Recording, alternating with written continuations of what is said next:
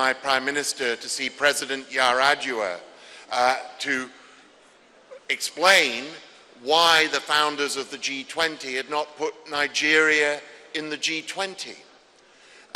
This ambivalence about Nigeria, its huge size, its huge opportunity, the huge wealth of a state like this, has always, for outside observers, been a matter of paradox, because they also see the challenges of governance, of compromised institutions, the challenges, as the governor mentioned this morning, of security.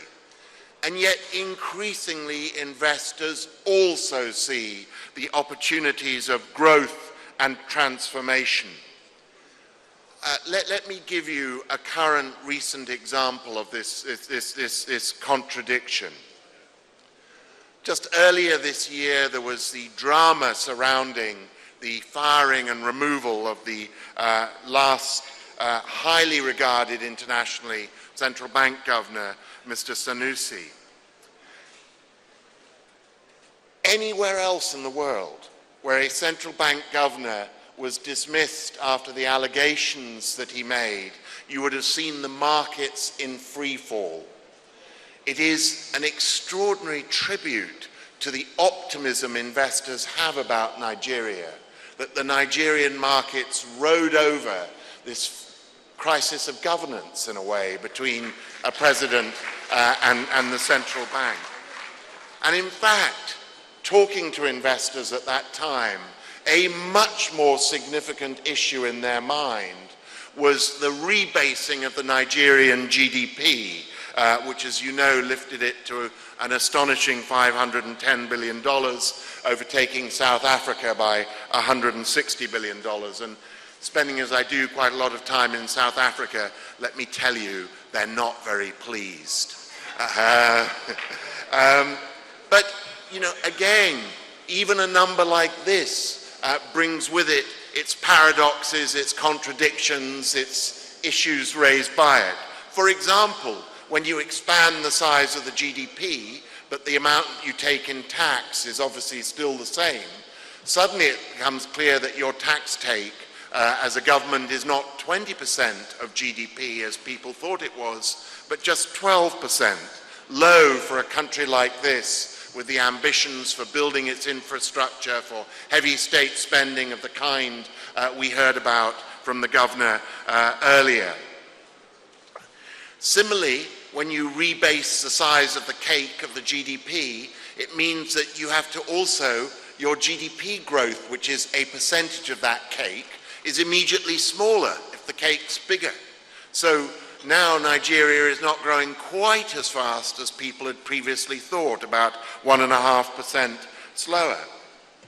Turning now to this region and this extraordinary state with all the remarkable construction that all of us who are outsiders saw as we drove in today to the conference.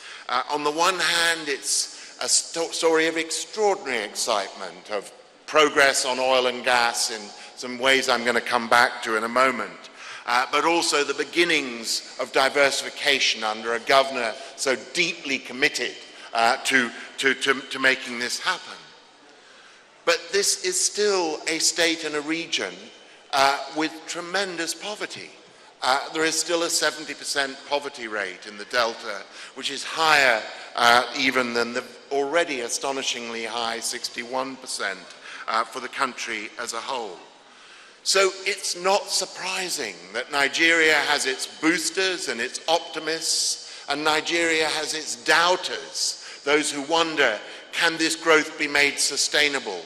Can men like the governor here really prevail? Can they really build successful growth? And by the way, with our wonderful petroleum minister here, I should say men and women like this. And you know, the challenge is a very big one. Now, the governor's advisors, sensibly enough, I think, checked that I was very much in the boosting Nigeria category before inviting me. So they got the right man, because I am, and always, even in Nigeria's more difficult days, have been on the side of this country's prospects and future. And in that sense, let me just, if I may, just give you a little bit of my Nigerian and my Delta biography. Partly it is, as you may have heard, that I for many years worked right at the side of Kofi Annan, the Ghanaian UN Secretary General, and I ended up his deputy, having run UNDP before that. But in a sense, I felt I was his Nigerian. He was calm, he was persuasive, he was firm, but he never raised his voice. He left that to me. I was the big and opinionated one. So I felt that in a strange way we'd replicated the Nigeria-Ghana relationship at the top of the UN, and I had to be the white Nigerian for the purposes of this.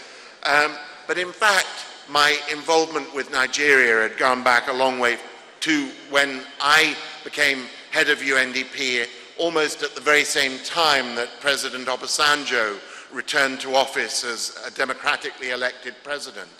And the first time I met him, that extraordinarily forceful figure, even now in his 80s, he's still a very strong man, as you know, grabbed my arm and said, "You owe me money." Now, I actually think to be told by President Obasanjo you owe him money is not a great start, actually. You wonder how much money you owe him and why.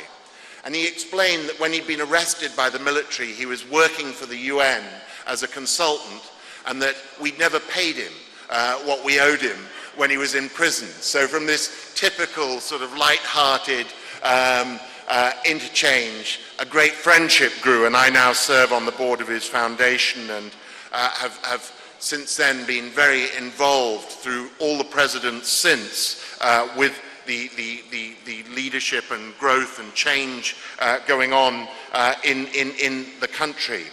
And what was being clear to me throughout that, is the challenges from President Obasanjo onwards through President Yar'Adua and now President Jonathan, of how on earth do you tackle and resolve the great inequality at the heart of both the Delta and of Nigeria more broadly? How do you bring those who are marginalized, whether they are people whose fisheries have been environmentally corrupted down here, whether they are people who feel they're not benefiting from the oil revenue, or whether they're people in the north of the country who feel that they've been left in an underdeveloped backwater and now have to struggle with the extra crisis and challenge of Boko Haram? How do you bring all those Nigerians into the sense of we're one country, a Nigeria which lives up to those remarkable resonant words of the national anthem that we've heard 2 times today? How do we make, or how do you all make Nigeria a country of that kind? I've watched the efforts of different finance ministers, of other ministers of government as they have struggled with this, and of more broadly the development approach that has run through so much of this. And then, as a UK minister, I was brought back to the problems of the Delta because, obviously there were British oil interests in the Delta concerned by what was happening to their investments here, and, seeking that I, as the UK Minister for Africa, should, intervene on occasions on their behalf. And, what I saw in the current leadership of Shell, for example, both here and in the UK, a company I still admire and indeed am involved with its foundation, or not, though not its business side. I saw a company bewildered about how difficult it was to escape its history, how hard it was to escape the tragedy of the years when Ken Saro-Wiwa and his colleagues were executed, the tragedy of the environmental desolation which happened in the Delta. And for many years, in government and at the UN before, I always argued that you would never get onshore oil and gas right in the Delta until it was owned and managed by Nigerian companies. And, you know, I should, in that sense, declare an interest. I'm no stranger to this part of the world because I'm one of the 3 non-9